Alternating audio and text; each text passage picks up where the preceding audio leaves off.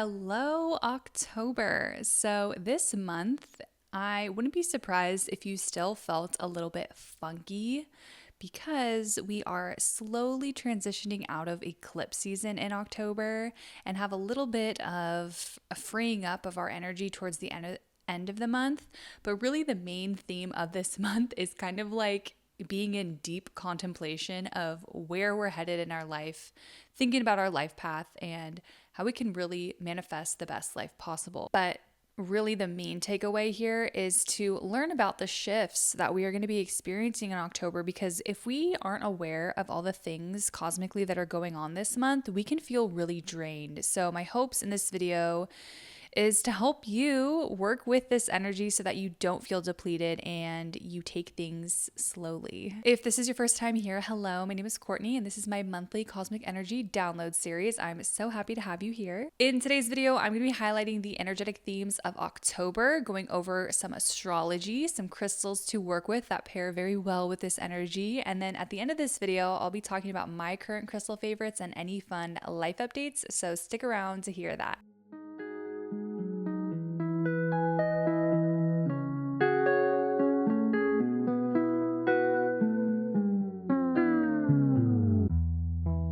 Alrighty guys, so for the flow of today's video, I'm going to go over those astrology highlights first. I'm going to be talking about the solar eclipse in Libra, jumping to Jupiter's retrograde in Gemini, followed by a full moon in Aries, and then last but not least, starting Scorpio season towards the end of the month. Alrighty, jumping into our first celestial event happening on October 2nd, we have the solar eclipse in Libra. This is a supercharged new moon, and it is the second eclipse from this eclipse cycle that we just experienced in September and October. So that Pisces full moon eclipse was on September 17th, if you recall, and it really emphasized a cycle ending, but also a new beginning happening in our life. So this Libra energy with this solar eclipse Libra energy, what we're going to be faced with is, okay, we just felt this kind of like severance of an old narrative, an old life,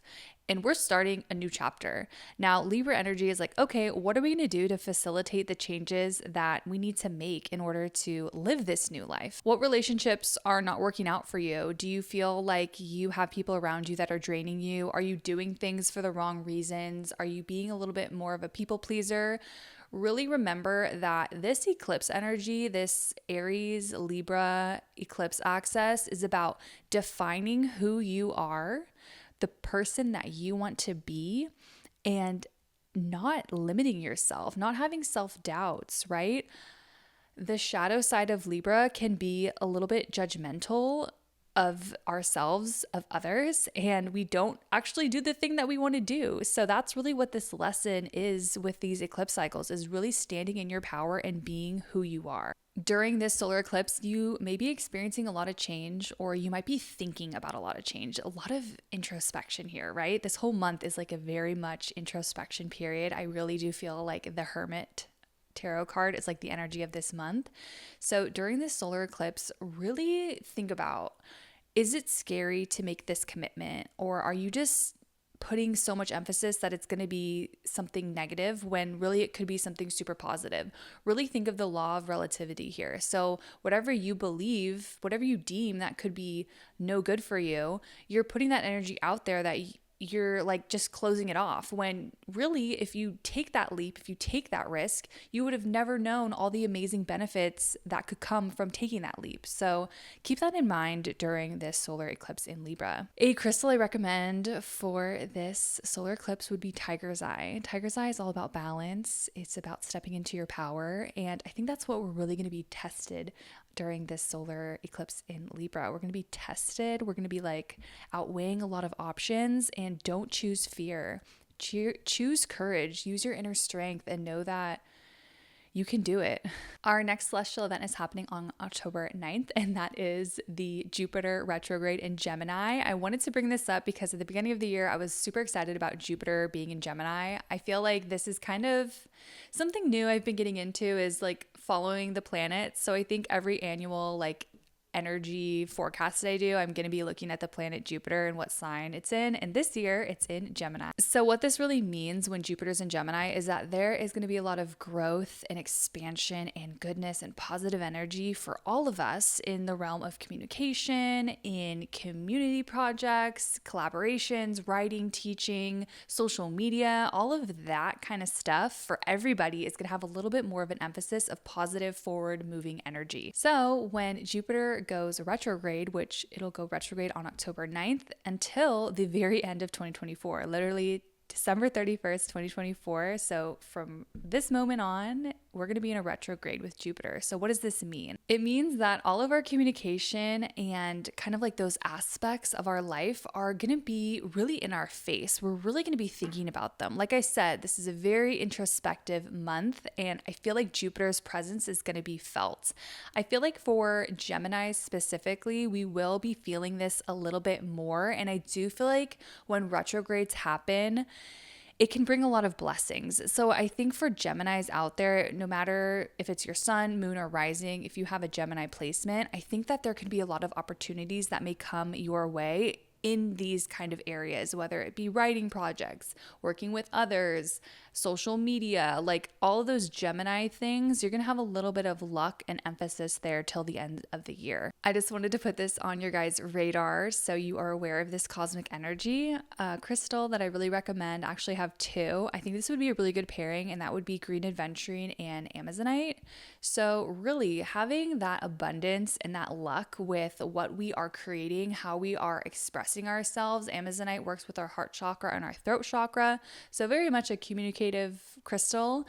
I think that setting an intention with both of these, if you are not a Gemini and you want to make sure that you are, maybe you're a teacher, you're a writer, and you're like, I don't want to feel like there's a pause or like not clear energy with my communication for the rest of the year, set an intention and have it be that you are clear, calm, collected in your communications with others, whatever it may be, just to have that extra emphasis so it's top of mind. And hey, I know things can be a little funky in this realm, but I'm going to have a positive intention that it won't affect me. So those are my crystal recommendations. Next up, we have on October 17th, a full moon in Aries. And honestly, I feel like this energy is going to feel like a giant wave crashing on us because this full moon is technically, still part of that Aries Libra eclipse cycle. Although it's not an eclipse, we are going to be feeling like that after shock, that crash from that energy on this full moon. I think this would be a really good full moon to reflect on your intentions that you set during the solar eclipse in Aries 6 months ago. So remember when we had like that big, beautiful eclipse in the sky? It was a ring of fire. It got media attention because it was a total solar eclipse. Think about like that time and what you were calling forth in your life. Like, were you going through a big change? Were you starting something new? Were you really putting out this energy of this thing that you really wanted? Really contemplate during this full moon and see how far you've come since then. It was a very auspicious time during that total solar eclipse. It was very magical. So definitely take it upon yourself to get back into that manifestation mode. We're past eclipse season at this point. We're back on like a regular scheduled program as far as energy goes. So like really do some more kind of like manifesty things during this full moon. Really hold that vision of yourself that you were thinking of 6 months ago. Maybe it's shifted a bit. You can elevate and change up that version that you were calling forth no matter like what happened. Maybe some big thing happened in the last 6 months and now you want something else. Totally okay to like switch up and be like, you know what? I feel like I'm going in this direction now. So very much during this full moon in Aries, hone into that version of yourself, work with that eclipse cycle energy, really diving into this person that you want to be and not be a people pleaser and not do it for the wrong reasons. Do it because that's what you want. A crystal I recommend working with during the full moon in Aries would be clear quartz. I know this one's probably like the most easiest, crystal suggestion, but I really do feel like there is power in being clear in what it is that you want. Use this Aries energy to be like, you know what, this is who I am. This is where I'm going. I'm ready to level up, work with clear quartz for that amplification. Alrighty, and our last celestial event is happening on October 22nd, and that is transitioning to Scorpio season. So Scorpio season is all about facing these hidden truths, really working with your shadow and diving into your inner power. So again, we have this theme of like transformation and change, right? I think this is a time to really reflect on all the things that happened during eclipse season, right? So did anything big happen? Like, did something come through that you were like, wow, I can't believe this manifested at this time? Like, and now you're faced with like, I'm going in a new direction now. This is a great time to really hone into your inner magic, to really recognize that you are a manifesting person. Like, you can manifest things into your life. Maybe this is something new to you and you're like, wow, I can't believe like there's this whole world of spirituality out there and I can create my own reality. A lot of people may be going through awakenings during this time.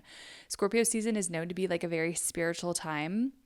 The veil is thin. It's easy to connect with ones that have passed over, with your spirit guides. I definitely recommend doing some kind of connection practice with your spirit guides. Something easy that I recommend doing during Scorpio season would be to assign something like a sign to your spirit guide that you want to connect with. Be like, you know what? I am looking for a confirmation. Please send me a blue balloon. You know, let me visually see that, whether it's out in my day, if it's online, if it's on TV. Like, let me see a blue balloon for this confirmation for whatever it is that you're going through.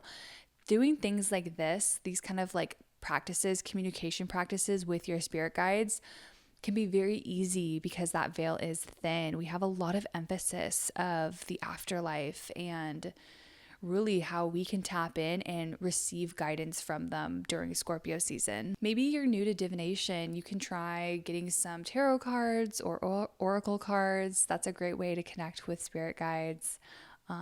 It's very fun, so I definitely recommend that as well.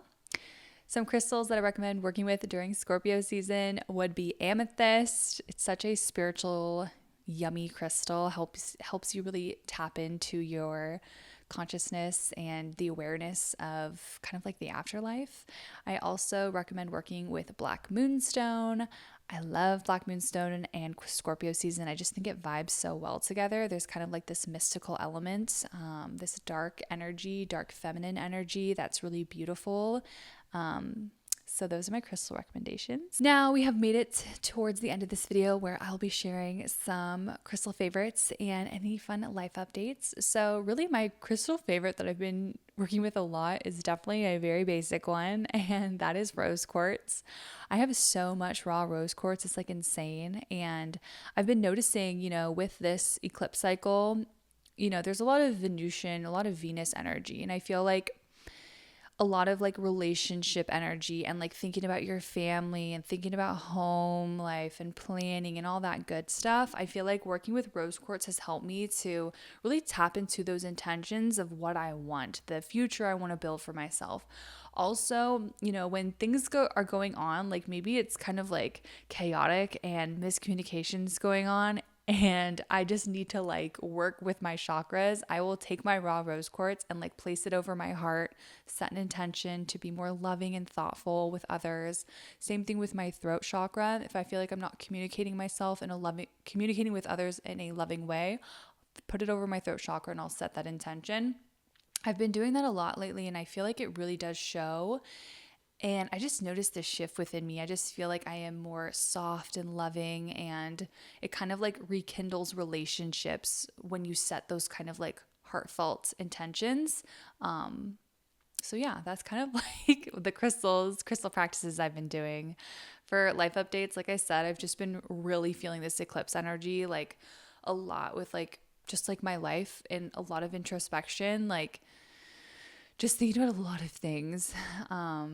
It's funny because, we're this past month, really, we have just started, getting a glimpse of the next eclipse cycle, which is Pisces and Virgo, which I'm super excited for that eclipse axis energy. That's kind of like more in 2026.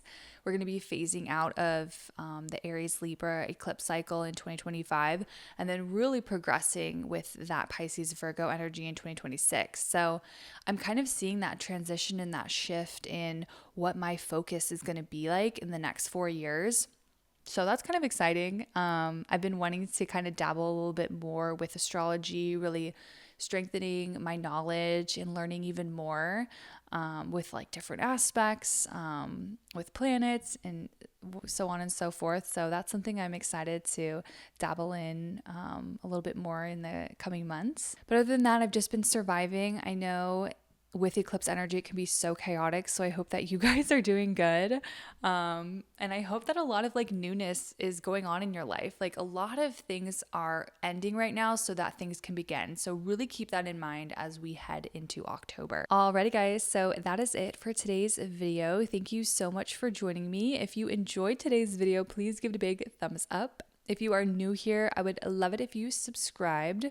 Let me know a takeaway that you had during eclipse season. I know we're technically still in it in October, but if there was something that came into your life in September that you feel like was super just like destiny or something like cosmic goodness, very unexpected, I'd love to hear it down below. And I'm sure someone in this growing community would love to hear about it too.